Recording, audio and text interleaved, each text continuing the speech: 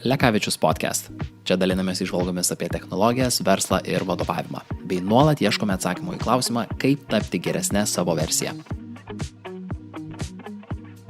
Labas dar kartą, Labas. Nors jau esam pakalbėję jau ir šitoj puikioje nuostabioje studijoje.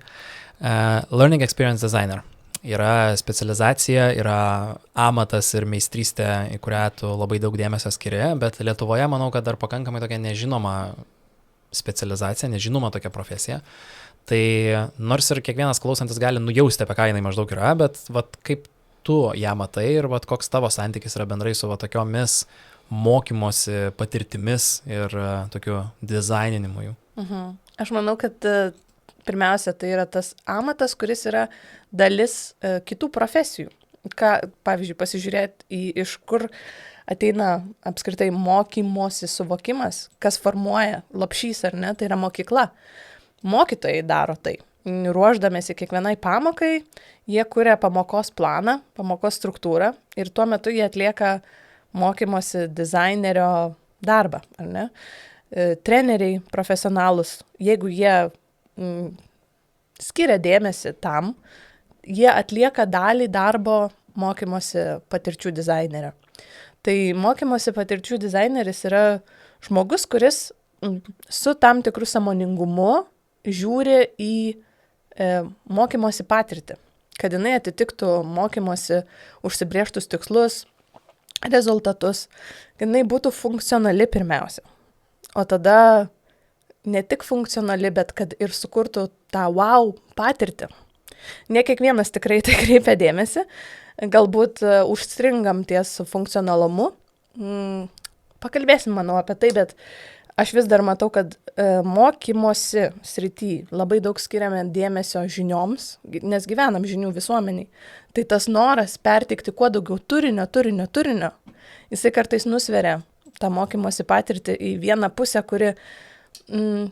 kur pasimiršta galbūt tie mokymosi principai. Ir aš kaip mokymosi patirčių dizainerė, būtent, kadangi mano darbas yra tik tai užtikrinti kokybę ir padėti treneriams ar tai žmonėms, kurie ves galbūt tą mokymosi patirtį, aš žiūriu į visą tai iš šono ir užtikrinu kokybę. Ir dėl to aš turiu daug daugiau galimybės pažiūrėti ir užtikrinti tai, kad ta mokymosi kokybė būtų visapusiškai optimali ir ne tik kryptų dėmesys į turinį, kuo daugiau informacijos.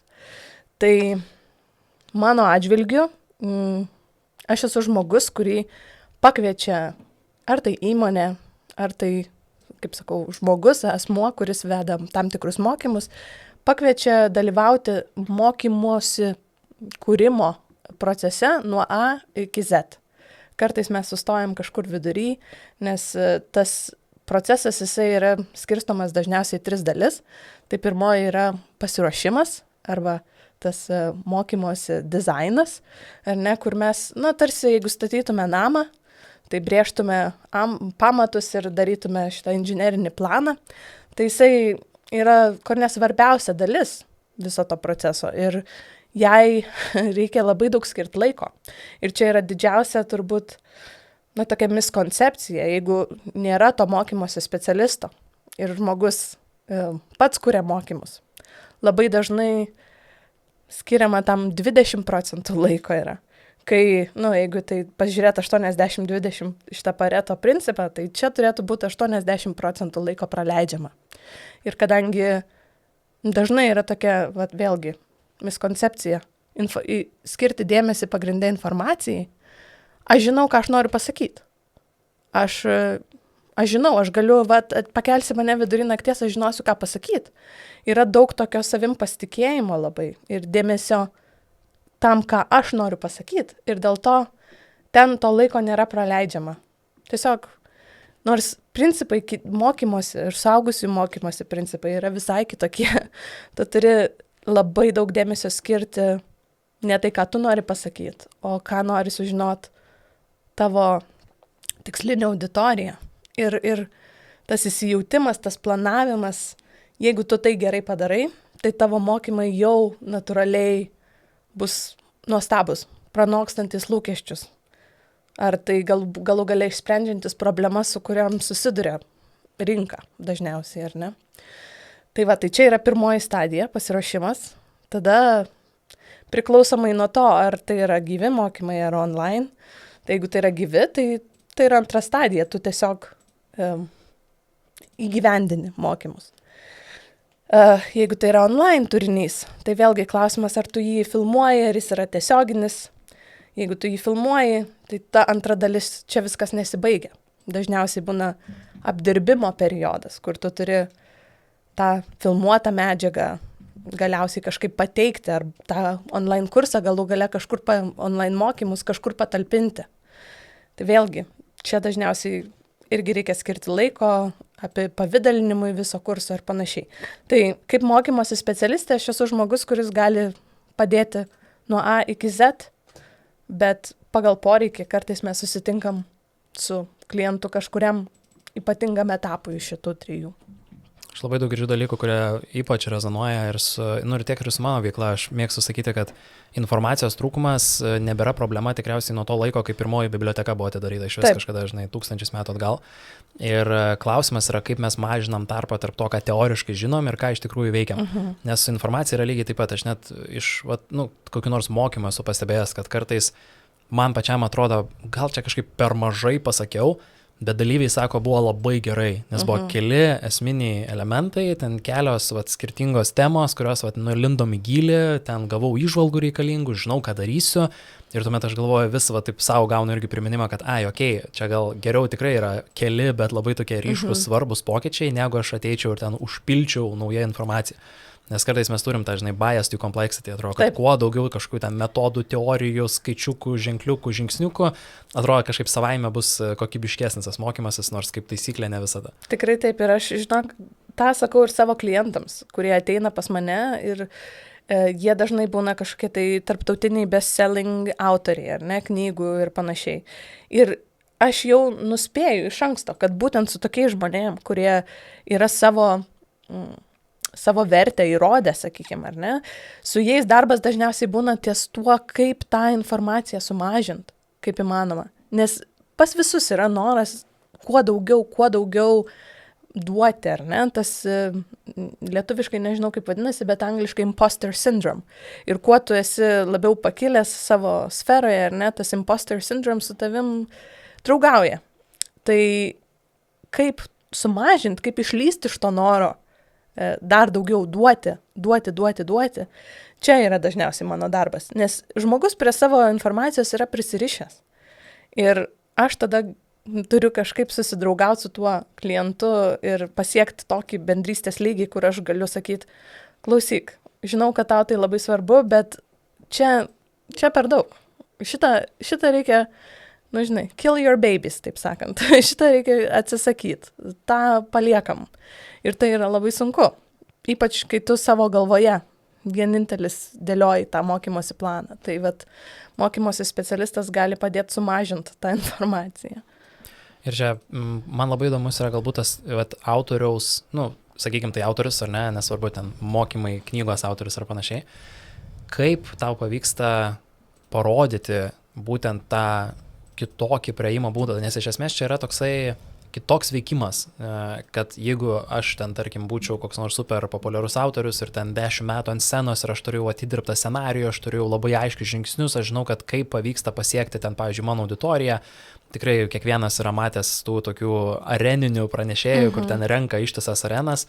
Ir jie turi kažkokį tai formatą, bet vėlgi visiškai yra kitoks formatas, tarkim, man tą patį online, kur žmogus susitinka vienas prie vieno su kompiuteriu ir taip vėlgi reikia tą informaciją kažkaip kitaip pateikti. Tai kas iš tavo komunikacijos ryšio kūrimo, kas labiausiai padeda taip atrakinti, sakykime, tą mąstymą tam pranešėjui, kuris jau labai yra tvirtai įsitikinęs, kad jo būdas yra geriausias būdas? Šiaip tai pirmiausia noriu pasakyti, kad ne visada pavyksta. Jeigu žmogus yra labai ne tik pasitikintis savimi, bet galbūt uždaras eksperimentavimui, tai gal kartais jo ir neišmušė. Ir tiesiog turi priimti tai, kad ne viskas gaunasi taip, kaip nori. Tačiau man labai svarbu komunikuoti vėlgi tai kokia yra mano rolė šitam mūsų bendradarbiavime. Tai mano toksai kaip receptas, tai pirmiausia yra parodyti pagarbą to žmogaus turiniui ir parodyti nesuvaidintą susidomėjimą, nes jeigu aš priimu tą žmogų kaip klientą, vadinasi, man yra šita tema aktuali ir įdomi. Aš bent jau pati turiu asmeninę taisyklę, kad stengiuosi nedirbti su klientais, kurių tema manęs visai nedomina, nes aš žinau, kad aš savo darbo gerai nepadarysiu. Tai jeigu tas žmogus jau yra tapęs klientu, vadinasi, man natūraliai yra smalsu apie šitą temą, ar ne? Tai tada klausimas, kaip aš galiu padovanoti dovaną, atspindėti tam žmogui, kas man, kaip austėjai, patinka jo turinį. Ne ką myli žmonės, bet kas rezonuoja su manim. Ir tas autentiškumas dažniausiai tikrina tokį ryšio garantą. Tada, kai tas ryšys yra sukurtas, tas žmogus jaučiasi matomas, pamatytas, man svarbu yra parodyti savo kompetenciją. Tai viena patirtis, visa kita rekomendacijos jos kalba už save, bet kuo daugiau tu dalinies informaciją iš tos srities, žmogus, dažniausiai linkęs yra suklusti ir natūraliai tas autoritetas yra užtikrinamas. Ir tada labai aiškiai turim įsivertinti rolės. Ir dažniausiai aš tą ir pasakau, kad jūs esat turinio valdytojas ir subject matter expert. Ir aš niekaip jūsų šitos rolės negaliu išjudinti. Aš esu mokymosi specialistė ir mano darbas yra žiūrėti iš studento, mokinio, vartotojo, kaip be pavadintume, iš jo perspektyvos. Tai yra kepurė, kurią aš užsidedu. Tai aš dažniausiai jas turiu dvi. Viena tai mokymosi specialisto, kuris žino mokymosi principus, bet antra, aš esu studentas. Ir būdama studentė, aš per tai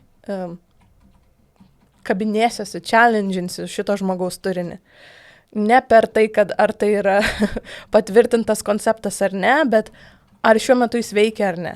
Tai iš komunikavimas to ryšio, būtent iš to, kad iš kokios perspektyvos aš uždavinėsiu klausimus ir vesiu šitą procesą, dažniausiai paneigia kažkokius, būsimus iššūkius, sakykime.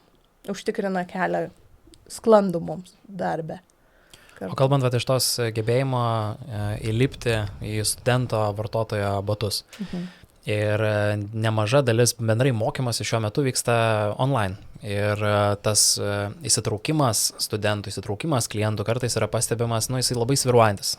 Ir pasižiūrėjus netgi mokymus tokius, kurie yra susiję nuo iki, nuo ten mokymosi gitara ir ten kaip išvirti puikų troškinį, iki ten mokymosi programavimo ir ten kitų įgūdžių, kurie atrodo padėtų labai tiesiogiai, pavyzdžiui, uždirbti daugiau pinigų ir karjerą didesnę pasidaryti.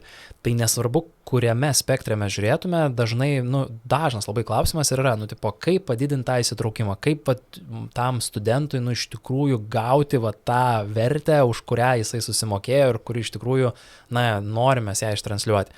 Tai iš savo patirties, ką pastebėjai, ypač šiuo metu galbūt žiūrint, kas labiausiai veikia, kas labiausiai padeda formuojant tą mokymosi patirtį, kad tas mokinys, studentas įsitrauktų, kad jam sukiltų galbūt tas susidomėjimas, galbūt netgi tas smalsumas, kartais galima sakyti, gal įmanoma kažkaip paskatinti tą smalsumą irgi.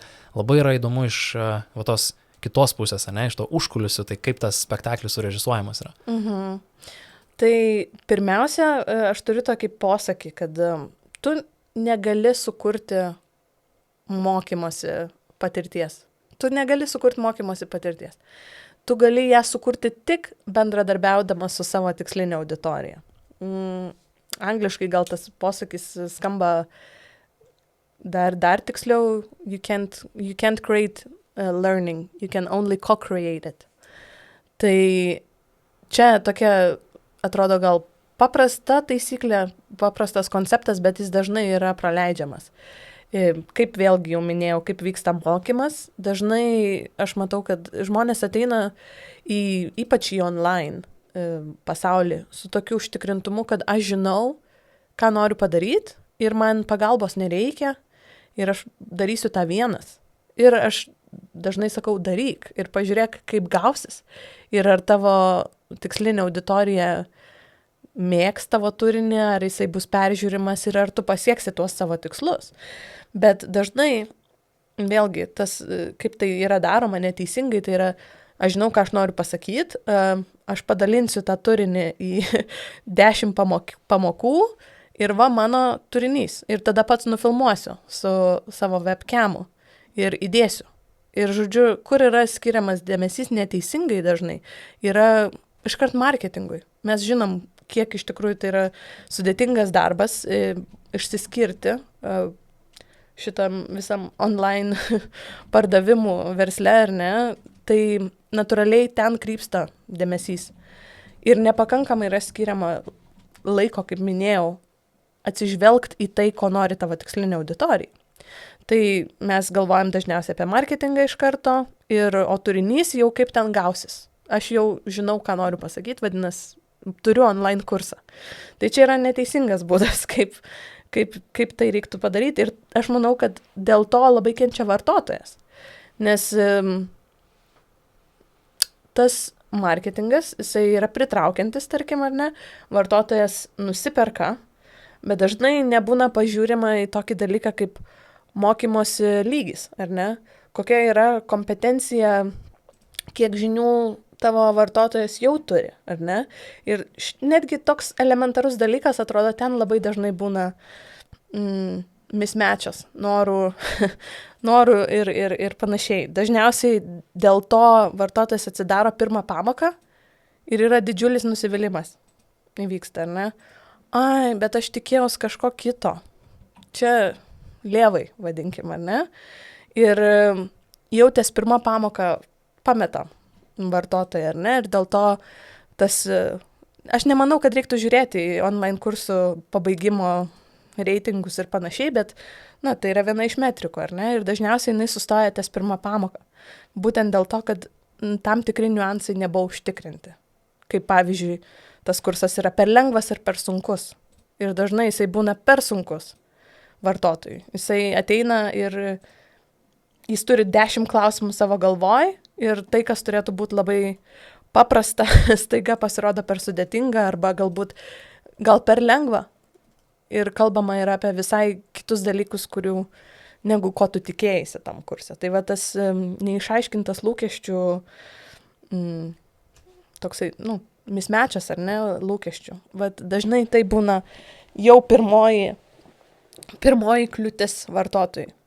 Tai aš pirmiausia sakau, dirbant, ar tu dirbi su mokymosi specialistu, ar tu pats darai tą kursą, bent jau užtikrink, kad tas kursas yra funkcionalus, kad žmogus gaus vertę to, ko jisai tikėjęs, ar ne, ir kad tikėkimės ten bus daugiau kažkas negu žinios. Nebent tavo vartotojas ateina pas tave dėl žinių. Tai vad vien paklaus savęs, ko nori vartotojas. Ar jis ateina žinių, ar jis ateina įgūdžio. Dažniausiai ateinam įgūdžio. Bet įgūdis online kursuose retai kada užtikrinamas yra. Nes vėlgi mes norim atiduoti kuo daugiau žinių, ar ne? Ir tada, tarkim, tu nori mokytis gitara ir mano kursas pateikia tau akordus. Bet jeigu ten nėra dėmesio skiriama pasuflerimai, kaip susidėlioti savo praktiką, kad tu judėtum į priekį, kad tu jaustumės gerai, kad tu tos pamokos gale jaustumės, kad wow, aš jaučiu apčiuopiamą rezultatą. Dažnai vien online video tam nepakanka. Va čia tas žmogus, kuris kuria mokymus, turi savęs paklausti, kaip aš vesiu už rankos tą suaugusi mokinį. Galbūt tikrai reikia kažkokių papildomų skambučių. Galbūt tai yra hibridinis mokymasis, ar ne, kur dalinai tai yra kontaktinis, dalinai vien video paskaitom užtikrinamas. Yra daug tokių niuansų, apie kuriuos reikia pagalvoti, bet va, tas momentas, kur mes skiriam labai daug laiko informacijai ir nepakankamai laiko įgūdžio tobulinimui, ne, tam vat habitsams tiem patiems, ar ne, aš retai matau tokį kursą, kuris gali tą padaryti gerai ir užtikrinti. Ir iš ten ateina žmogaus pasitenkinimas, nes jis jaučia progresą. Ne vien iš to, kad peržiūrėjo ten video ir dabar jis yra paliktas toliau įgyvendint tą pats, ar ne, pats vienas. Ir kai mes turim šeimas, mes turim darbus, mes turim draugus, kasdienybei tas pasimeta. Ir tada tavo kursas neturi didelės vertės, jeigu tu pateiksi informaciją, bet paliksi tą įgyvendinimą pačiam žmogui, nes pats žmogus labai retai jisai kada turės laiko tą įgyvendinti, ar ne? Nebent jo yra tikrai motyvacija labai stipri ir jisai žudbūt žino, kad jam reikia tą įgūdį pačiam padaryti, tada jisai padarys. Bet čia jau nebus vien tavo kurso laimėjimas. Nu, tai čia vat, apie tą funkcionalumą, ar ne? O tada jau perėjus per šitą funkcionalumą, tada yra daugybė dalykų, ką tu dar gali padaryti ir kaip gali padaryti savo kursą wow. Nuo kažkokių jau kalbam apie wow efekto įdėjimą pradžioje, pabaigoje ir ten yra daugybė pavyzdžių, kaip... Bet viskas turi būti tavo dizaino dalis, kuri yra prasminga, ar ne? Jeigu tu kalbė apie technologijas ir, nežinau, tarkim, kažkokio webinaro metu tu turėsi pradžią su muzikiniu intarpu, gal tai ir nebus labai wow, nes, nu, tarsi, o kodėl čia tas muzikinis intarpas, ar ne? Bet jeigu tu kuri kursą apie sąmoningumą ir to sąmoningumo dalis yra meditacija ir tu sukuri kažkokią tai meditatyvę erdvę, ar ne, per gyvą muzikinį intarpą, jau jisai visai kitaip skambės, ar ne? Tai viskas turi būti labai įvilkta į tavo dizainą. Čia tas pats, kaip organizuotum renginį ir gali pasikviesti akrobatą, kokį nors ten oro, ir, nu, tai nustebins. Bet vėlgi, kodėl tu jį kvieti? Nu, jeigu jisai tiesiog yra šiaip, tas oro akrobatas, tai, nu, nustebins. Bet jeigu dar yra prasmė, ir tai susiję su tavo renginio tematika, ar nu, yra vėlgi sąmoningumas, kodėl tu tą darai, nu, tai tikriausiai tas dar didesnį wow efektą paliks. Tai vat, nu, čia apie tą wow efektą ir jų tipų yra labai daug. Kaip čia? Kūrybiškumas yra beribis. Gali iš tikrųjų dovaną savo klientams siūsti, daryti daugybę dalykų. Priklauso nuo to, kiek tu nori skirti laiko ir dėmesio tam įsitraukimui sukurti. Ir kad viskas galų galę susisietų į kažkokią tai, nu, protingą, logišką seką, kaip tu sakai, viskas būtų pagal dizainą, ne? Čia kaip kokį interjero dizainą darant. Taip. Irgi. Kas iš to, kad pavieniai kažkokie elementai gali būti savaime izoliuotai labai gražus ir labai patikti, bet jeigu mes visus juos sukišime krūvą, tai jau šiek tiek gausios toks, žinai, burtininko palėpė. Tai jeigu nėra toks tikslas, gal ne visą laiką ir gerai. Man labai patiko tavo atsakymas dėl skirtingų formų ir tai, kas iš tikrųjų patinka tiksliniam klientui. Nes dažnai kalbėdami, pavyzdžiui, apie tendencijas, galim išgirsti tokius dalykus, kad žmonės dabar yra ten labiau linkę vartoti ten trumpą turinį, pavyzdžiui. Ir kai kada aš girdžiu ten koks nors, tai ten TikToko iškelimas lėmė, kad dabar žmonės ten turi labai trumpą ten dėmesio sutelkimą, bet aš kartu suprantu, kad mes turėtume skirtingai vertinti tą tokį educational turinį ir tokį entertainmentą ir mūsų tos įpročius, nes žmonės, kurie sako, kad jam yra per ilgai žiūrėti ten kokį 15 minučių video mokymosi, po to grįžta po darbo ir binge-watchina ten Netflix'o kokį nors ten sezoną, žinai, visą per kelias dienas. Tai problema nėra turinio trukmė, dažniausiai yra, nu, vat, būtent tas neįsitraukimas arba tas turinio nuobodumas galų gale. Jeigu aš atinu ten mokytis tą pačią gitarą ir man ten duoda 4 valandų paskaitą apie gitaros atsiradimo istoriją, nu, gal man ir smalsu, žinai, bet kartu gali būti palaukit, aš čia norėjau tų, žinai, įgūdžių kažkokių ir norėjau gauti kažkokių praktinių patarimų. Aš manau, kad čia yra ir, nes aš pati esu sugadinta savo profesijos, man tenka labai daug video turinio peržiūrinėti, ar ne, ypač jeigu tai yra ta trečiasis etapas mokymų apipavidalinimas. Tai patikėk, man tikrai reikia daug žiūrėti video ir aš žiūriu viską pagreitintą bent 2 kartus ir dažniausiai 2,5. Esu ištreniravusi iki tiek, kad aš turinį pagaunu 4 kartus pagreitinus turinį, ar ne, ir aš vis dar suvokiu, ką man sako. Tai yra trukmės tas elementas, kur jeigu aš pamatau, tai yra valandos ar ten 2 valandų video, aš turiu prisiverst. Tai trukmė žaidžia ir tikrai tą entertainmentą prie mokymosi turinio reikia kuo labiau artint, nes taip, jeigu yra geras turinys, tu žiūrėsi ir valandą, ir 1,5 su susidomėjimu didžiausiu, ar ne? bet tu dar labiau norėsi jį žiūrėti, jeigu jisai turės tą tokį įsitraukimo elementą ir kažkokių tai TikToko elementų, ar ne? Tiesiog gal atsiranda tada tas jausmas, kad tu žaidi. Čia yra kaip serialas, ar ne? Turi mėgstamą serialą Netflix'e ir lauki to kito epizodo. Kas ten bus?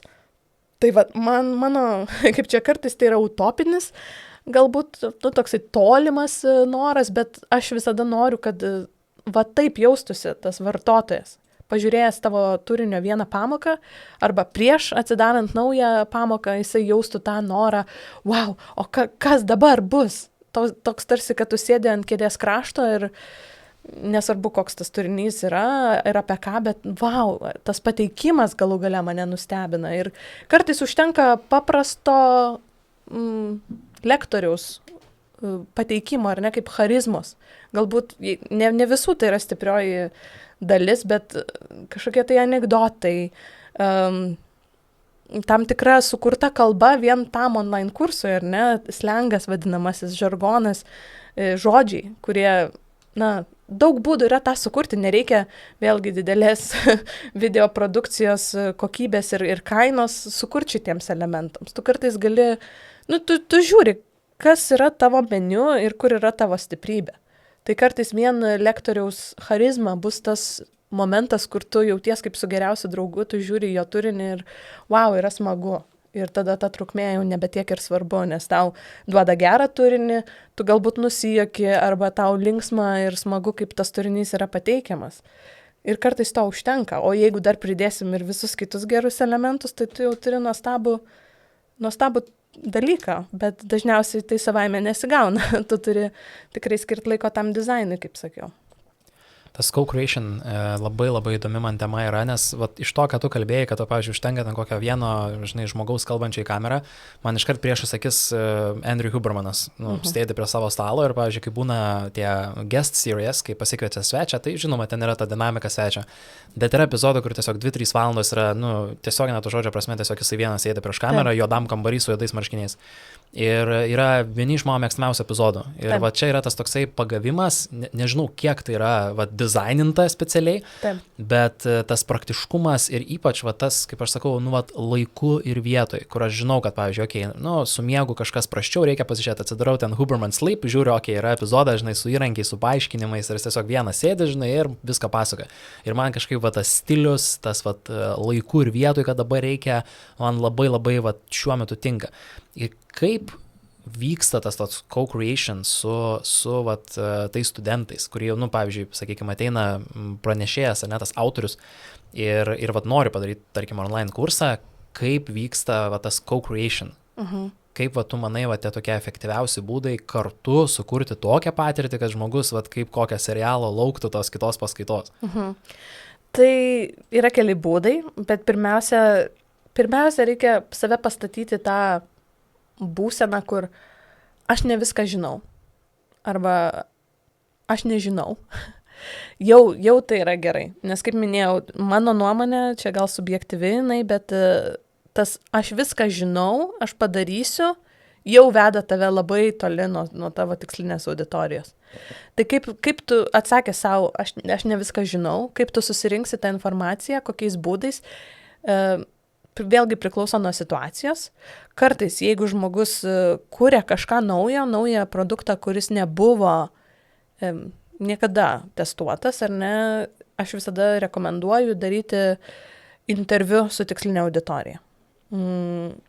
Tai kartais tai gali būti, vėlgi čia, kaip turbūt universiteto studentams pažįstama šitas dalykas yra, gali būti kokybinė arba kiekybinė apklausa, ar ne.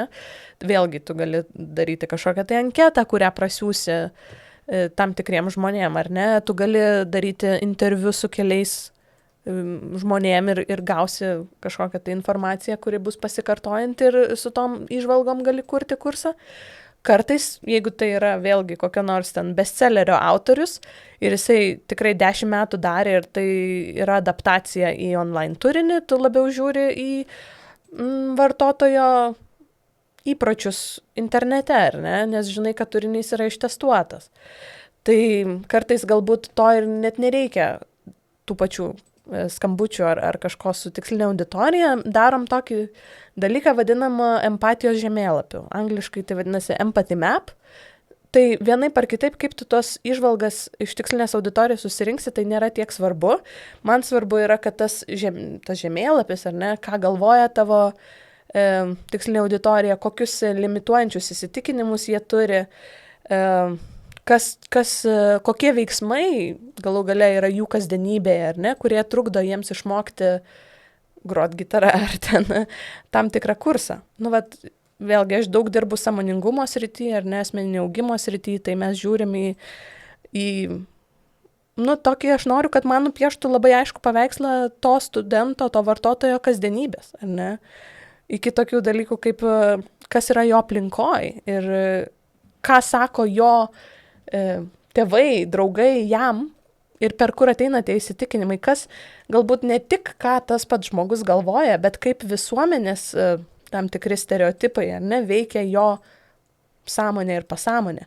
Nes mes tada pasižiūrėję į tai šiek tiek plačiau, mes atrandam naujų, nežinau, angliškai žodis yra leverage. Mes atrandam naujų svertų, kurie gali tikrą pokytį sukurti, ar ne? Tai jeigu klientas yra pasiruošęs taip plačiai pažiūrėti, ar ne, dažniausiai mes surandam tų svertų, kurie, tikriausiai sukurs didesnę transformaciją, nes tu į tą klientą, į tą vartotoją pasižiūri plačiau ir kartais jam pasakai tai, ko jisai pats apie save nesuvokia. Ir tada ten prasideda vidinio kapstymosi procesas, kuris tikriausiai pastumė tą kliūtį, kuri trukdė jam išmokti. Ir čia toksai kartu dėmesio paskirstimas yra, nes kai mes turim žmogų iš šalies, kuris būtent į tai ir kreipia dėmesį, mes tą tuomet ir tobulinti galime. Taip. Čia lygiai taip pat kaip ir kompanijų, jeigu mes turim žmogų, kuris, tarkim, yra atskirai atsakingas, ten, pavyzdžiui, learning and development, ir mes, tuomet visai kitaip žiūrim į organizacijos mokymosi, kultūros stiprinimą, ką reikia išmokti, kaip išmokti, negu kažkoks žmogus turi ten savo 100 atsakomybių papildomą dar eilutę, tai vieną kartą per metus reikia dar mokymus organizuoti komandai, žinai, ir viskas.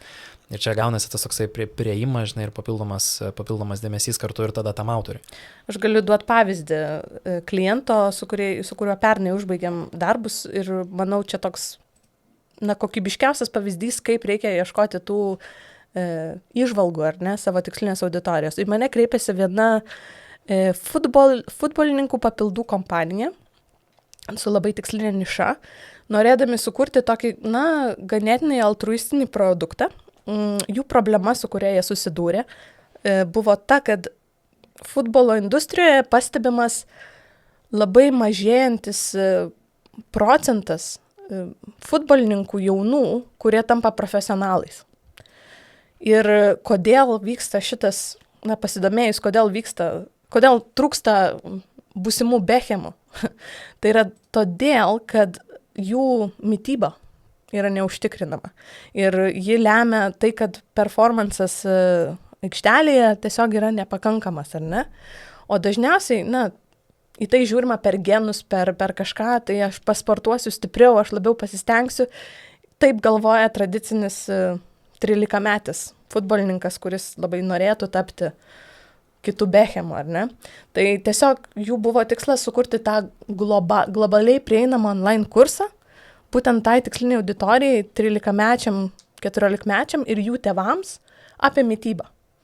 Tai, turim tokį labai užsibrėžtą didelį tikslą, tai tokį produktą kurt be įžvalgų kažkokių, tai, labai sunku.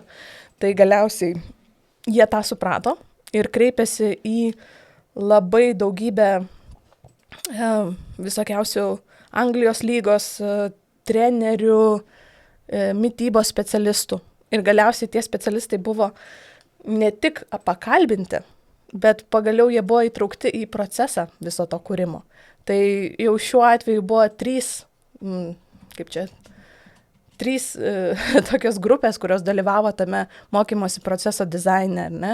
Aš žiūrėjau ar tas mokymasis yra funkcionalus, yra užsakovas, tie supplements, ta papildų kompanija ir tada tie treneriai ir mitybos specialistai Anglijos lygos klubų buvo kaip dar trečia konsultuojanti tokia grandis, ar ne? Ir tada mes trise jau turėdami pilnas įžvalgas galėjom tą kursą sukurt. Ir aš pati labai didžiuojas rezultatu, nes kalbant apie įtraukimą, tai ten buvo, kadangi dirbam su 13 metų auditorija, kuri yra vėlgi TikToko karta, ar ne, tai turėjom sukurti netgi atskirą kalbą, atskiras metaforas, tam, kad tu prieitum prie tos tikslinės auditorijos ir verstum ją veikti. Jinai motyvacijos turi, bet tuo pačiu tai yra, visai kitas rytis, ta mityba, ar ne, taisyklinga. Dažniausiai jie yra pripratę išgerti kažkokį tai saldų energetinį gėrimą ir eit spardyti kamulio. Tai pakeisti jų įpročius buvo labai didžiulis, toksai pokytis, ar ne, su kuriuo reikia susidurti. Ir tai yra online kursas. Bet vėlgi, gerai padirbėjus, turim labai gerą produktą. Čia irgi grįžtam prie to paties, apie ką kalbėjome ir pradžioje, kad ne informacijos trūkumas yra problema, kad apie mitybą kursų šiaip gali padaryti tūkstančiai žmonių ir specialistų visame pasaulyje, bet kaip prieiti prie būtent tos rinkos, būtent to, aš įsivaizduoju, ir slengo, ir memų ir visų kitų dalykų, ir taip patys juokeliai ir kažkokie tai referencai, kuriuos pagautų ta auditorija, būtent apie tai ir yra. Ir tu užsiminiai irgi darbą su globaliu mastu, ne, tokia globalia rinka. Ir aš žinau, kad tu irgi esi dirbusi su Elono Musko mama May Musk, gerai ištariu tikiuosi, su kompanijom tokiam kaip Red Bull ir panašiai. Labai yra įdomu, kaip tu patekai į kambarį ir galėjai ne tik, kad būti, kaip ten sako kiti, bent musę ant sienos reikia būti ir jau būtų smagu, matyti bent jau visą tą procesą, bet iš tikrųjų koordinuoti, naviguoti, vadovauti, valdyti, ar ne, galų galia, kaip tu skai challenging tos pačius autorius ir kaip tu iki to nuėjai. Aš istoriją šitą pradedu dažniausiai kokiais 2016 metais, kai aš pati dirbau pardavimų srity, bet labai norėjau dirbti su mokymais. Tiesiog tai buvo sritis, kuri mane domino ir pradėjau nuo to, kad dar būdama pakankamai jauna, čia buvo 21 man metai ar keli, aš pradėjau rašinėti žmonėms per LinkedIną ir Facebooką, kurie mano nuomonė darė kažką kitokio ir sakyt, ar aš galiu tiesiog žiūrėti, stebėti jūsų procesą, aš labai noriu su jumis dirbti ir tiesiog viskas, ką aš turėjau, buvo daug entuzijazmo ir, tam tikra patirtis mokymų srity iš to, kad aš mokėjau fasilituoti, buvau išmokus šito amato šiek tiek iš tam tikrų tarptautinių konferencijų, bet tikrai buvo daug tokio beldimosi į duris ir kai kurios iš jų man atsivėrė. Ir tuo metu, apie 2016 metus su Egle Daunienė, kuri irgi yra žinoma mokytoja, teko dalyvauti jos mokymuose ir padėti jai tai gyvendinti. Tai ten turbūt kilo Ten kilo susidomėjimas, smalsumas apie tai, kaip iš tikrųjų paveiku gali būti gerai suorganizuoti mokymai mokykloms, nes iš tikrųjų jos sociokratijos mokymai yra... Fantastiški. Ten buvo kažkoks stebuklas. Tu matai mokyklą su visais mokytojais, tėvais, direktoriais, kurie dirba ties vienu tikslu, su dideliu užsidegimu. Ir tai yra to mokymų proceso rezultatas, ar ne? Ir tai turbūt mane užkabino labai smarkiai domėtis šitą temą ir ieškoti alternatyvių tokių mokymosi galimybių. Ir, be to, kad su Egle vedėm tos mokymus mokykloms ir organizacijoms, man atsidarė duris tokios viename europiniam projekte, pavadinimu Move Makers, kuris apėmė kelias Europos šalis. Mes gavom užduotį patirinėti suaugusių mokymosi situaciją Europoje. Ir tai apėmė visokiausius verslo inkubatorius, kažkokias alternatyves aukštasias mokyklas Europoje. Ir mes turėjom tokią užduotį važiuoti į Olandiją, Vokietiją, Estiją ir žiūrėti, kokios yra inovacijos švietime.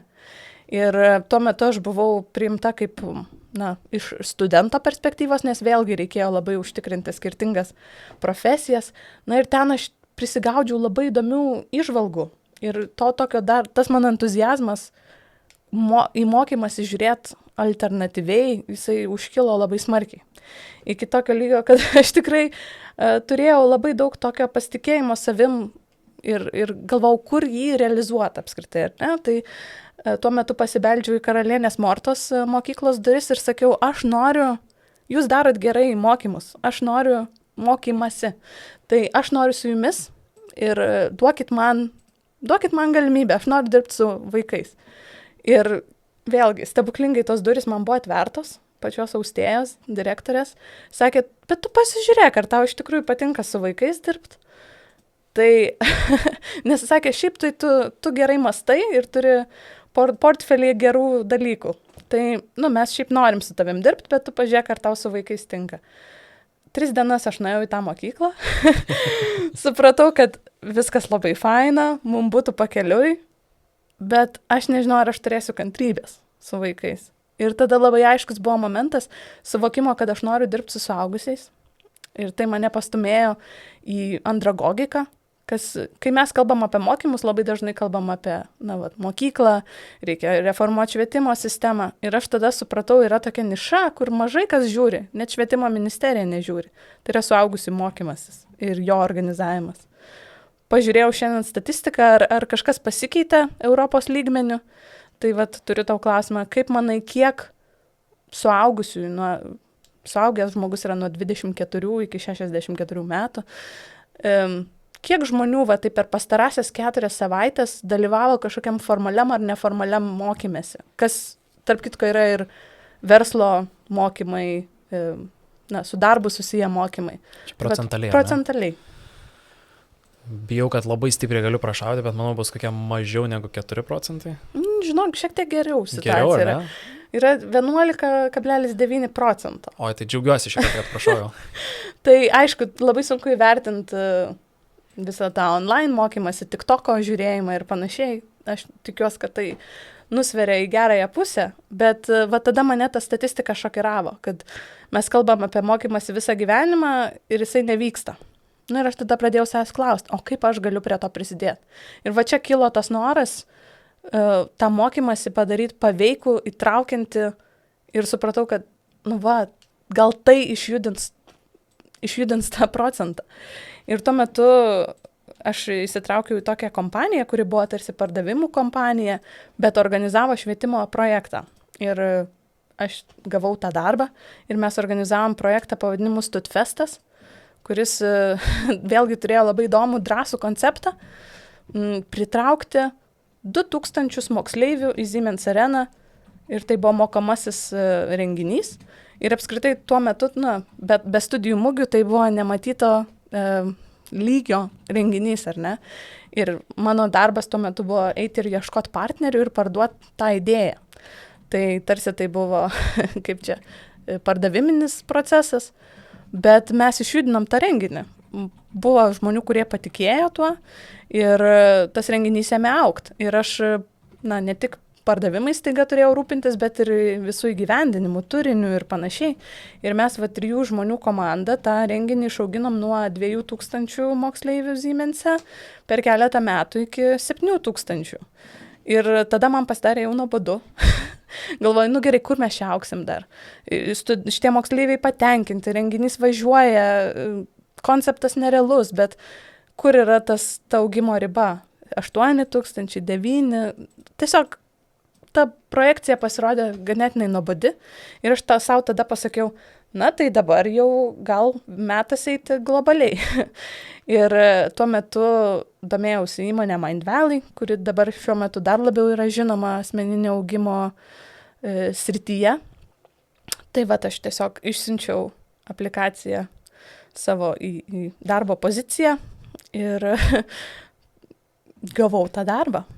Ir tuo metu atsivėrė, per Mindvalley atsivėrė iš tikrųjų tos durys pas globalius žmonės. Nebuvo tai labai vėlgi, nebuvo taip, kad mane priėmė į darbą ir staiga, prieš mane visi tie dideli žmonės. Ne, reikėjo iš tikrųjų ir ten iššūkius tam tikrus pereiti. Ir tas pirmasis iššūkis buvo įmonės vadovas, kuris dažnai turbūt matomas veidas, višinas, reklamose pasirodo. Man reikėjo dirbti su juo ir mes labai nesutarėm. Ir vat, per tos mūsų nuolatinius nesutarimus jisai mane išmokė tam tikrų charakterio savybių ir mane apšlifavo. Ir esu jam tikrai dėkinga labai, nes jis turi prieimą prie tų globalių talentų, ar ne? Ir kai aš išmokau jo klausytis, o ne jam prieštarauti, ir leidau jam mane apšlifuoti ir formuoti, man buvo tuo metu 24 metai, tai aš įsivaizdavau, kad aš čia su savo alternatyvia patirtim esu pasamdyta būtent tam, kad jis manęs klausytųsi, žiūrėk, koks aš talentas, o man reikėjo išmokti to tokio klausimosi. Dirbant su juo ir jo pašonėje iš tikrųjų išmokau labai daug ir pagaliau gavau prieimą prie vien dėl savo tam tikrų charakterio savybių. Tuo metu jau buvo pastebėta ir mano charakteris, ir patirtis, ar ne, ir žinios, ir įgavau pasitikėjimą. Ir daugelis tų tokių žinomų žmonių ir talentų atėjo per Mindvalley. O tada jau pradėjo sklisti gandas per iš lūpų į lūpas. Ir tokios įmonės kaip Red Bullis ir panašiai pradėjo kreiptis į mane tiesiog kaip į mokymosi specialistę, kuri turi patirties su Mindvalley, bet, gali dirbti su jais. Tai per Mindvalley atsidarė daug durų iš tikrųjų. Ir temiškai, ir geografiškai, ar ne? Taip. Ir po visą pasaulio. Tai kur teko to pabuvoti pasaulyje su kūrimu? Kur teko? Teko pabūti Gvatemaloj. Pati šiuo metu ten savo mokymus vedžiau. Teko pabūti Amerikoje, labai daug skirtingų miestų. Čia Mindvalley dėka, nes jie turi labai aukšto kalibro filmavimus. Daug investuoja pinigų, apie 100 000 eurų į savaitės trukmės productioną. Tai teko didžiuosiuose Amerikos miestuose pabūti ir pafilmuoti, nes dažniausiai, žinomi žmonės, jie, filmavimas atskrenda pas juos, o ne jie skrenda kažkur. Tai su Elono Musko mama irgi New York'e filmavom ir tai buvo dėl to, kad ten gyvena ji. Teko Malaizijoje irgi konsultuoti įmonės jau gyvenant Lietuvoje, tai skridau specialiai padėti klientam Austrijoje su Red Bulliu, o dauguma klientų iš tikrųjų jie yra iš visur, bet mes dirbam nuotoliniu būdu. Tai va. Kas labiausiai žavi tave pačią dirbant tokioje srityje dabar? Neslėpsiu, man labai patinka padėti su filmavimais įmonėms ir tiesa, viena, tantros pasaulyje žinoma mokytoja, tokia turbūt grietinėlė mokytojų, ar ne, kuri, jeigu domiesi ta tema, tai jos vardą tikrai žinai. Jinai šiaip gyvena Balyje ir sugalvojo, kad reikia jai mokymus filmuoti ne kažkur kitur, o Lietuvoje.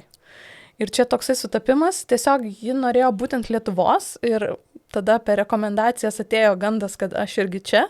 Ir mes Labanoro girioje filmavom 3 dienas kursą, kurį man teko režisuoti. Aš prie mokymosi dizaino neprisidėjau, bet jau atėjom į tą tokį kontaktą režisavimo, o kuo filmavimo. Skiriasi, sakykime, tas darbas režisavimo, kurį jau paminėjai, nuo to tokio grinai mokymosi dizaino? Atmetus tai, kad mokymosi dizaino kūrimo procesas tikriausiai prasideda irgi gerokai anksčiau. Tai nėra vien tik tai, kad susitinkam jau per filmavimo dieną, bet kokie yra tie pagrindiniai skirtumai irgi įdomu? Mokymosi dizainas, jeigu tu jį kuri kartu su klientu, tai kaip minėjau, gali užtikrinti visą tą autoritetą, ar ne, ir darbą kartu ir būti paveikus to dizaino procese, kuris dažniausiai trunka maždaug mėnesį laiko, kartais priklauso nuo situacijos. Šiuo atveju, kadangi ir dažniausiai tas mokymosi dizainas, jisai natūraliai keliauja į kitą etapą, filmavimą, režisavimą, ir tokiu atveju, kai dirbam testinai su klientu, čia yra nuostabi mano darbo tokia koncepcija, kad per mokymosi dizainą tas žmogus man pasako labai daug visokiausių įžvalgų, kurias prieš kamerą taip jau gaunasi, jie dažnai pamiršta. O aš turiu labai daug atminties galvoj tokiem dalykam ir to stresinio momento metu, aš režisavimo metu, aš jiems atspindžiu tai kaip klausimus ar kaip įžvalgas. Pavyzdžiui, Tomai, prisimeni tą istoriją, kur tu man pasakojai apie tą ir tą klientą. Ir ten buvo tokia juokinga situacija. Aš norėčiau, kad tu dabar į kamerą ją papasakotum. Dažnai tai užsimiršta, nes mes kalbam apie vėlgi informaciją, įpročius ir visą kitą, bet tokie maži niuansai, aš juos kaupiu galvoje ir režisavimo metu aš dažniausiai atspindžiu tai. Ir realiai kuriu tą online kursą per klausimus ir per tokias įžvalgas. Nes aš jau turiu, aš dalyvavau procese nuo A iki Z, ar ne, aš žinau intimiai tą kursą ir ko mes norėjom. Mes labai aiškiai apsibrėžėm tą rezultatą, kurį norim sukurti ir režisavimo metu aš galiu padėti jį sukurti. Šiuo atveju, neturint viso to backgroundo, ateiti tiesiai į aikštelę, kur mes filmuojam, tai yra iššūkis. Ir tarp kitko toks pat iššūkis buvo ir su Elono Musko mama, nes jinai, žvaigždžių žvaigždė, dėja, bet su ja darbo dizaino metu nebuvo. Viskas, ką aš turėjau, buvo jos knyga ir tai aš galėjau atsiremti tai, ar ne, jinai irgi turi išleidusi savo knygą. Aš tą knygą išstudijavau 4 kartus realiai, taip nuo viršelio iki viršelio. Ir tai leido man sukurti klausimus, kuriuos aš per 4 valandas, tragiškai minimalus laikas tai yra, nufilmuoti kažką. Dažniausiai filmavimai, kaip sakau, vyksta kelias dienas. Tai su Elono Musko mama, jinai mums davė 4 valandas. Tai, tu turi būti labai gerai pasiruošęs. Tai čia buvo turbūt sunkiausias projektas mano gyvenime, nes vėlgi tu neturi galimybės susidirbti su tuo žmogum, tu nežinai, kaip bus ir turi tik 4 valandas. Kiekviena minutė yra brangi, nes, tai yra, nežinau, keliasdešimt kartų mažiau negu kiek tu įprastai turi laiko su filmavimais. Tai ačiū Dievui, aš iš Elono Musko mamos gavau komplimentą, kad niekas tokio gero interviu ir tokio gero researcho nėra padaręs kaip aš. Ir tai ją sužavėjo ir dėl to jinai buvo atvira. Ir mes tada filmavom tą dokumentiką interviu stiliumi.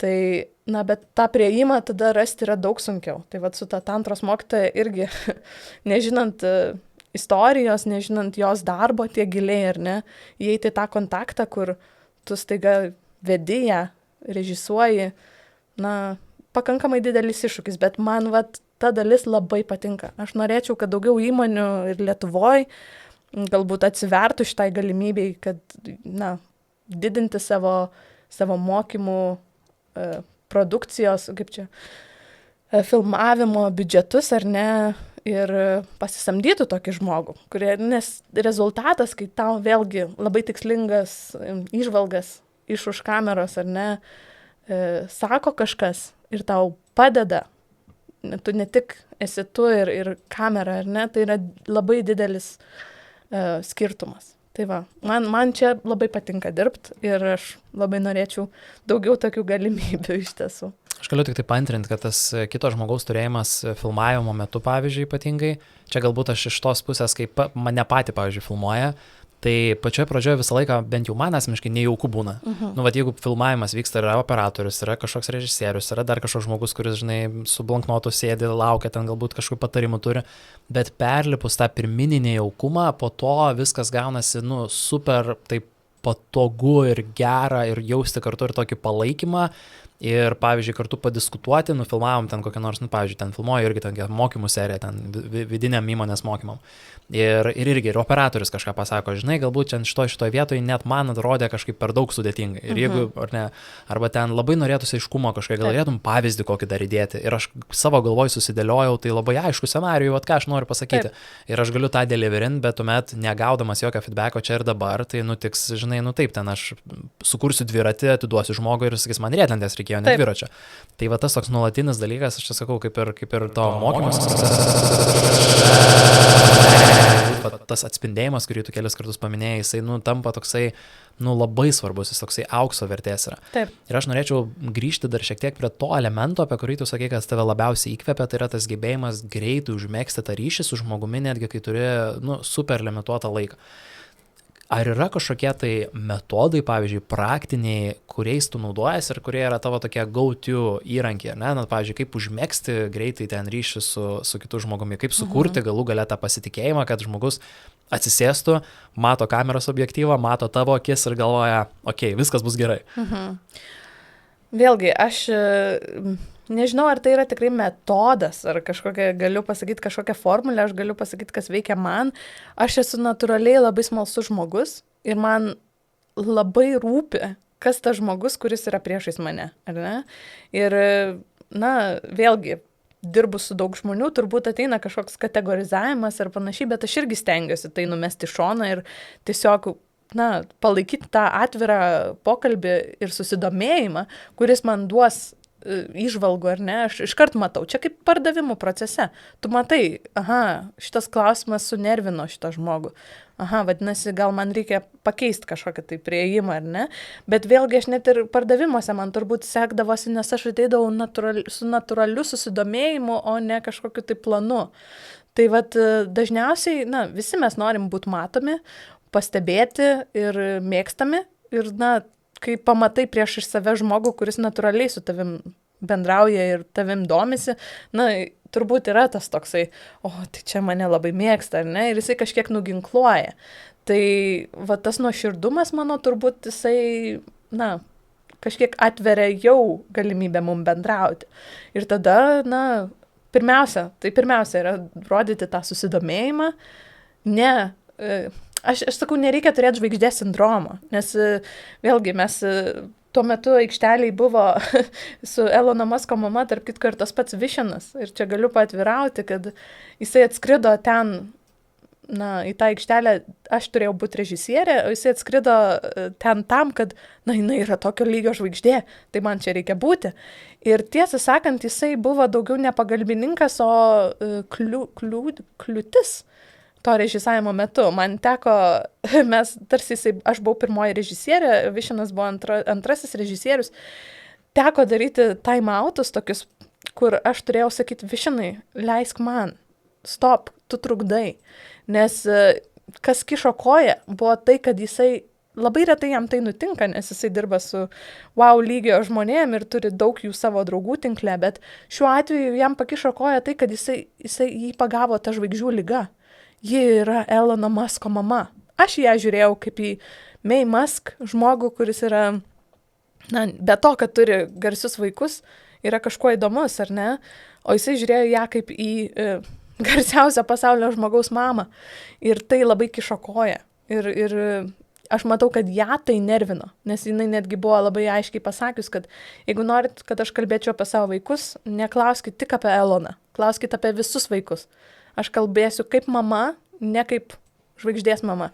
Ir buvo tų momentų, kur tas sužvaigždėjimas kišo koją. Tai aš stengiuosi į kiekvieną žmogų žiūrėti kaip į Tomą, kaip į May, kaip į kažką. Ir tuo pačiu labai svarbu jaustis, kad aš esu verta sėdėti priešais juos. Ir nesvarbu, kad aš austėja iš Lietuvos, iš Kauno, iš kažkur. Ne, aš šiuo metu esu čia, nes aš esu geriausias žmogus su jais kalbėtis. Tai to irgi svarbu nepamiršti. Ir manau, kad tada jie žiūri į tave kaip į lygų. Na, aš to iš jų siekiu. Nes, na, galbūt ir taip save pozicionuoju ir tada tas susidomėjimas jais, plus aš esu verta jūsų, sukuria tą rezultatą. Čia prisimenu tokį, nežinau, kiek čia tinka šitas pasakymas Never meet your heroes, kur tarsi simbolizuoja mums tą tokį sudievinimą kažkieno, tai nesvarbu, ar tai būtų ten aktorius, muzikantas, verslininkas, visuomenininkas, lyderis, kažkoks politinis galbūt. Ir atrodo, kai tu sutinki, tu pamatai, kad mes visi tuo pačiu deguonim kvėpuojam ir visi esam tie patys žmonės. Aš pats netgi labiau galbūt visą laiką kaip tik esu linkęs į tą tokį, galbūt tokį šiek tiek ant piedestalo kitų žmonių išstatymą, ypač jeigu aš turiu kontekstą ir turiu labai gilę tokią pagarbą, ką tas žmogus sukūrė, per kokius iššūkius jis perėjo ir kaip jisai dabar atsidūrė tokioje situacijoje ir man taip tarsi natūraliai norisi, ar ne, nu, sužvaigždint tą žmogų. Sužvaigždint, jo. Taip kitko, žinok, dabar priminiai, kad vieną kartą esu paslydusi ant šito. nes labai, labai laukiau dirbti su, čia buvo Mindvelio atvestas žmogus, Miki Agrawal yra tokia verslininkė, jinai žinoma tuo, kad jinai sukūrė 100-tūkstantinius verslus, yra nuo startupo, nuo idėjos iki, nežinau, iki tol, kol jos produktą pradeda kopijuoti ir plagijuoti visas pasaulis. Ir jinai buvo parašiusi knygą būtent apie moteris, verslės moteris. Ir ta knyga, wow, aš ją skaičiau ir aš tiesiog įsivaizdavau, kas jį per žmogus ir kaip mes dirbsim kartu. Ir buvo tiek tų lūkesčių susikurta, kad, kai teko pirmą kartą ateiti tą susitikimą, aš visiškai praradau save. Mano anglų kalba užsikirto, o jinai yra žinoma dar, kad jinai yra tokia, labai tokio wild charakterio ir aš visiškai nebesugebėjau, praradau tiesiog kalbos dovaną, nes jinai labai laisvai, vos ne čia su triusikais ateina tikrai į Zoomo skambutį ir girdžiu, kad ten kažkas vyksta jos namų fone ir jinai sako, tu palauk, aš dabar einu, turiu čia reikalą ir aš girdžiu, kaip jinai išeina iš už Zoomo ekrano ir dainuoja kažkam ten Happy Birthday. Ir tuo metu aš laukiu, mes turim valandos skambutį ir man viskas dega, terminai čia tokie ir, aš turiu tarsi valdyti tą padėtį ir sakyti, ne, Miki, klausyk, mano laikas irgi svarbus ir mes dabar kuriam produktą. Ne, aš nesugebėjau, nes aš tiek turėjau lūkesčių užsikėlus, kas jį per žmogus ir kaip mes bendrausim, kad kai tai įvyko, aš net negalėjau, konfrontuoti tokios situacijos, kad... Ir galiausiai, kai jinai grįžo iš to Happy Birthday padainavimo, jinai sako, tai tu dabar daryk. Tu daryk. Už mane maždaug. Ir iš to dieviškumo aš tikrai nebesugebėjau suvaldyti situacijos ir aš pradėjau mikčioti ir sakyti, tai gerai, aš tau padėsiu, aš tau padarysiu, kai realiai aš esu šito proceso facilitatorė, o jinai turi turėti tą tokį ownershipą savo kurso. Tai va čia buvo viena iš tų tokių labiausiai lauktų greit nukrito į prasčiausią patirtį kolaboravimo. Wow, kaip istorija, pats įvykis, gal sunku pasakyti, čia gera, žinai, bet istorija tai fantastiška, kartu labai gera tokia, refleksijos elementas, kaip kartais tiek tas pasiruošimas arba kažkoks, jaudulys, kurį galbūt ir kiekvienas iš mūsų galim patirti ruoždamėsi kažkam tokio super svarbaus ir kur tas kažkas svarbus praeina labai greitai atrodo ir atrodo kažkaip pavyko, kažkaip nepavyko, tik tai gal irgi svarbu, žinai, nesudegti ir vat kaip ir tu sakai, jo neprarasti ten kalbos ar ten organizavimo ar fasilitavimo dovanos. Ir dalindamasi tu apie savo tokias patirtis, man visą laiką, eina tokia background, žinai, kažkokia mintis apie būtent gebėjimą savo pačiam parodyti tas didelės galimybės, kas yra įmanoma. Nes iš to, kad tu pasakoji taip labai natūraliai ir taip labai paprastai. Atrodo, kad mes ėjom gatvę ir susitikom kokį seną bičiulį, ir čia pakalbėjom, čia taip ar naip. Bet vėlgi, kita vertus, kai supranti, kad iš tikrųjų tie žmonės turi didžiulę įtaką, jie turi didžiulius pasiekimus, jie turi šimtus, kartais net tūkstančius ar 10 000 sekėjų, kurie skaito kiekvieną įrašą, žiūri kiekvieną video, skaito kiekvieną knygą, kaip galima, exposint save tokiom galimybėm ir tokiam, kas yra iš tikrųjų įmanoma. Nes kartais net ir, pavyzdžiui, Lietuvoje labai jaučiasi žmonės, kurie turėjo kažkokios global patirties ir kaip jie masto ir kaip jie sprendžia problemas arba kur jie deda akcentus. Ir visiškai nenuvertinant tų kolegų, bet žmonių, kurie bendrai bet kurioje organizacijoje yra tokiai labiau lokaliame ežere visą laiką. Ir jiem, pavyzdžiui, dydis arba mastelis atrodo vienaip, arba greitis yra visai kitaip. Aš su vienu iš savo bičiulių kalbėjau, su kuriuo taip pat irgi vieną interviu derinamės, tai yra lietuvis startuolis, kuris Y Combinator dalyvavo. Ir labai aiškiai, Tomas sako, žinai, tu supranti, kas yra greitis, kai ten nuvyksta. Kad tai, ką aš iki šiol dariau, man atrodo labai greita, bet sako, kai tu būni tarp tų pačių greičiausių pasaulių, sako, tada supranti, kas yra greit. Tai kaip tavo karjeroje, ar ne, išmoktos tos pamokos galėtų galbūt ir klausytojui padėti suprasti, tai kaip save galbūt pastatyti tą poziciją, pajausti, pamatyti, kas iš tikrųjų yra įmanoma. Aš manau, tu čia labai gerai ir paminėjai. Pats atsakymas tarsi tavo klausime slypėjo, kad pirmiausia, tai neužsidaryt ir žiūrėti, kas vyksta pasaulyje, ne, ir būti atviram pokyčiui. Dabar mano sritis irgi labai yra smarkiai keičiama AI atsiradimo, ne, ir, na, tu turi turėti tą greitį ir tu turi turėti tą, na, neužsisėdėjimą tokį, ar ne, ir tai domėjimasis globaliom tendencijom, tai pirmiausia jau tave turbūt veda, na, atneša tą greitį, o antras tai taip, žiūrėk, kur yra žmonės, kurie tave įkvepia. Ir dažnai tai turbūt nebus Lietuvoje, ar ne? Tai bus pasaulyje, turbūt gal, na, pagal teminę veiklos temą vyksta kažkokios konferencijos, susibūrimai, ar ne, kurie, na, tiesiog būk tam pačiam kambarį su jais, ar ne? Ir tuo pačiu mano toks palinkėjimas būtų dirbti su savim ne tik iš profesinės pusės.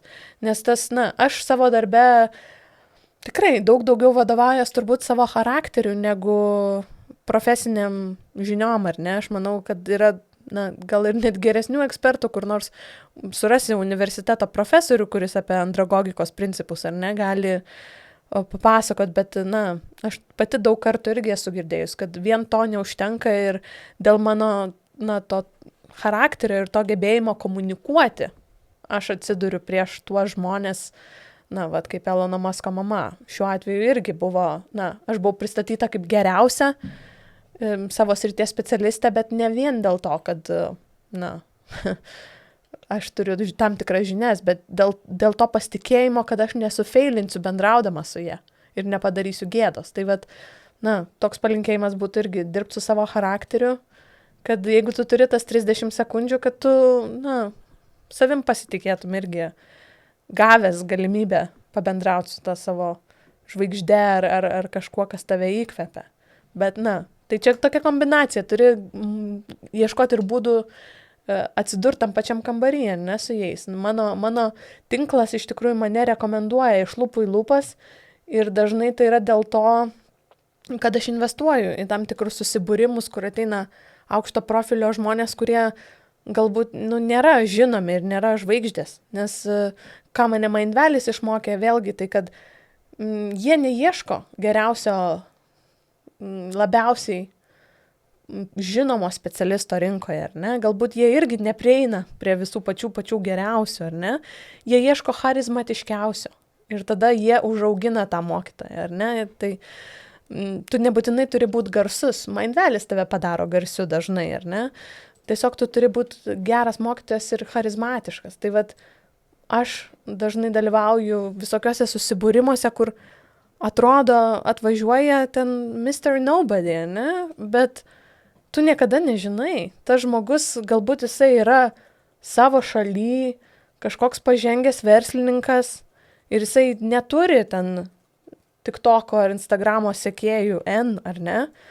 Bet jisai turi patirtį ir gal tu su juo dirbsi, o gal jisai pažįsta kažką, kam jis tave rekomenduos ir, na, taip ir atsidaro tie tarptautiniai vandenys. Tai vat, nu, tiesiog investuoti į tokius susibūrimus ir į savo charakterį. Čia fantastiškas pastebėjimas yra dėl susibūrimų bet kokią prasme ir tuo pačiu to tokio tikslingumo, kad ne vien reikia, nu, šaudyti perkeltinę prasme į tas superstars. Aš nepamenu, kur esu girdėjęs tą pavyzdį, bet ten buvo pavyzdys su boksininkais ir sako, jeigu vat, kažkoks ten jaunas sportininkas ruošiasi kažkam ten bokso varžybom ir vat nori gauti įžvalgas iš tų pačių ten topinių boksininkų. Tai sako, jeigu tu eisi pas ten planetos čempioną, ten šalies čempioną, tu greičiausiai prie jo neprieisi, nes jo vienas dalykas į dienotvarkę tu netilpsi arba tu neturėsi tiek pinigų. Bet sako, kai tu pasižiūri, pavyzdžiui, žmogų, kuris galbūt 4 reitingą, pavyzdžiui, turi arba 5 reitingą, kurie, sako, treniruojasi praktiškai pagal tą pačią sistemą, jie turi tas pačias įžvalgas, kartais net tuos pačius trenerius turi ir net šalia sparinguojasi vienas su kitu ir sako, jie yra daug labiau pasiekiami, prieinami, sako, kai kuriais atvejais, nu, irgi, sako, tu gali asmeninę žinutę parašyti ir jis tau atrašys, o ne vadybininkas atrašys, nes jis tiesiog, nu, kaip sako, Mr. Nobody, jisai nėra žinomas, bet jisai realiai vis tiek verda tose pačiose sultise ir tu vis tiek gali gauti tam tikras, nu, reikalingas, naudingas įžvalgas. Aš labai šiaip dar užsikabinu ant vienos temos, kurią tu jau užsiminei, tai yra būtent apie dirbtinį intelektą ir kuo tai keičia bendrai ir mokymosi patirtį. Tai norėčiau pakalbėti šiek tiek apie tendencijas. Tai yra, tu matydama, turėdama savo ilgametę patirtį, veikdama su pačiais tokiais inovatyviausiais brandais, kompanijom, kurios jau dabar investuoja į tai, kur greičiausiai, aš manau, kelių metų bėgėje dauguma kompanijų pradės į tai investuoti, kaip pavyzdžiui, mokymasi dizainerio, kaip pozicija, profesija. Kokios dar yra tendencijos? Kad galbūt tai gali būti AI, bet kokias tu dar tendencijas matai iš to tokio mokymosi kaip proceso ateityje? Žinai, čia viskas labai šviežia ir nauja dar pakankamai, tai labai sunku galbūt, pilnai atsakyti, bet aš galbūt norėčiau, yra, toksai linkėjimas, ar ne, šitai industrijai labiau, pagaliau atsiverti tom technologijom, ar ne, ir jeigu tai, ko, žmogus pats vienas lig šiol neišspręsdavo, ar ne, tai kad, kaip minėjau, net ir COVIDas, kuris pakreipė labai pasaulinės tendencijas į online pusę, ar ne, kad, iš gyvų kontaktinių mokymų staiga visi pradėjo daryti online mokymus, kaip minėjau, jie, vis tiek nebuvo geri, ar ne, tai aš turiu tokį, galbūt norą matyti tokią tendenciją, ar ne, kad kai technologijos tampa tokios prieinamos, ar ne, kai AI, netgi nemokamus, OpenAI, ar ne, kuria įrankius, ar ne, tu juos gali, labai laisvai ir nemokamai panaudoti savo online mokymuose, ar ne? Pagalvok, jeigu yra video ar tai nuotraukų generavimo įrankis, ar ne, AI, ir tu savo skaidres praturtini šitais nuostabiais sukurtais paveikslėliais, ar ne, įtraukimas jisai padidėja. Jeigu tu lig šiol tam dėmesio neskyriai, aš labai norėčiau, kad staiga, nebebūtų kursų, kurie yra tiesiog su stokiniam kažkokiam nuotraukom, ar ten iš viso tekstas PowerPointinis, padarytas ir info. Aš labai norėčiau matyti tą tendenciją, kad mes atsiveriam pagaliau tai dešiniai smegenų pusrutulio hemisferai, ar ne? Ir tas įtraukimas didėtų per tai, nes, mes esam vis tik tai visi žmonės su dideliu kūrybiškumu ir įsivaizdavimu, ar ne, bet jisai labai, retai yra įdarbinimas. Tiesiog tas kairysis pusrutulis atsakingas už žinias, jisai, mūsų įpratino, kad, tai yra defaultas toksai, ar ne, bet, kodėl darželį buvo faina, o mokykloje nebelabai, tai todėl, kad mokykloje pradeda skirti dėmesį tam kairiam smegenų pusrutuliui, o darželį mes dar turėjom tą ir dešinę, buvo knygutės, paveiksliukai ir mes dabar esam suaugę žmonės, visi su savo titulais ir labai svarbus, bet iš tikrųjų tai, pripažinkim, kažkur gal giliai savo pripažinkim, bet mums svarbu ir mums patinka, kai tas dešinysis pusrutulis irgi yra įtraukiamas, dėl to mes einam į TikToką, nes ten yra video formatas, ne, kuris yra įtraukus, kur, kažkas keičiasi, staiga tau yra kažkokia misterija, nežinai, kaip čia viskas pasisuks. Tai aš norėčiau linkėti, kad šitie AI kuriami įrankiai padėtų tuos kursus online praturtinti ir tą dešinį pusrutulį įtraukti. Ir vėlgi, čia yra, mano noras, mano linkėjimas ir aš nežinau, stebėsim turbūt, ar tai ir tai vyks, bet aš manau, kad kai tokios technologijos yra taip lengvai prieinamos, būtų labai liūdna nesinaudoti jomis. Tai va.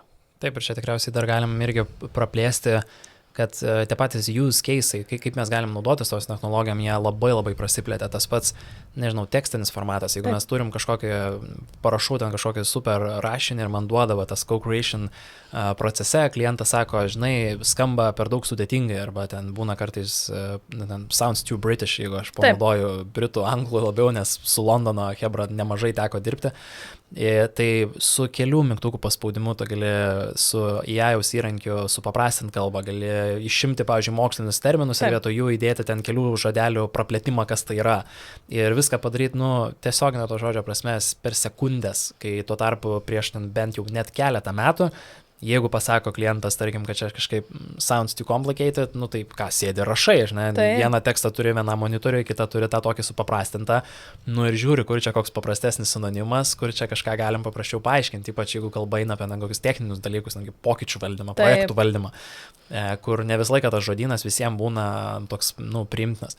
Aš jau nekalbu apie realiai dinamiškai verčiamą, pavyzdžiui, tekstą tam tikrų akcentų. Kad, pavyzdžiui, jeigu yra koks nors pietietiškas akcentas, ten ar ne, Amerikoje ten koks pietietiškas akcentas, jis vienaip skamba, kažkur ten pajūri vėl kitaip ir kaip žmogus, pavyzdžiui, netgi kalbą girdi kito žmogaus ir ką jisai, kaip jam atrodo tas toks artumas gimsta tada tiesiog klausant online, kai nu, mes negalim, žinai, susitikti gyvai. Tai Austėja, man labai iš tikrųjų patiko pokalbis, labai gavau pats daug įžvalgų ir čia netgi dokumentą, kurį čia turiu priešais akis su klausimais, aš čia pats nautų savo prisidėjau, nes tikrai labai yra įdomu nuo turinio to formos iki co-creationas, kaip atrodo bendrai tos tikslinės auditorijos atpažinimas, kiek jis yra svarbus ir kaip nepamiršti vėlgi to savo kliento galų gale ir kas yra jam svarbiausia ir kaip mes galime tą padaryti, nesvarbu, kas tai būtų, ar tai būtų jo Elono Musko mama, ar tai būtų mokyklos ir kas mums yra svarbiausia. Tai dar kartą ačiū tau labai. Ačiū. Aš tokį norėčiau palinkėjimą paskutinį, kaip čia, apžvelgiant viską, ką kalbėjom, tai neužmiršti savo tikslinės auditorijos, kad ir kaip tos mokymus rengsit su AI patys ar kažkaip, bet pirmiausia galvoti apie ją ir tada jau pusiaukeliai sėkmės esam, ar ne? O jeigu tai yra online mokymai, tai ne tik galvai kurti, bet ir įtraukti kūną, nes dažniausiai tikra transformacija, jinai vien tik tai kreipiant dėmesį į žinias, jinai nesusikuria, ar ne? Turi įtraukti kūną, tada atsiranda paveikumas, ar ne? Kai įdarbini rankas žmogaus. Tai va. Tai va, kas klauso, 50% dėmesio į savo tikslinį klientą, o likusiais 50% gali pasirūpinti Austėja. Taip, kreipkitės, ačiū. Gerai, dėkui.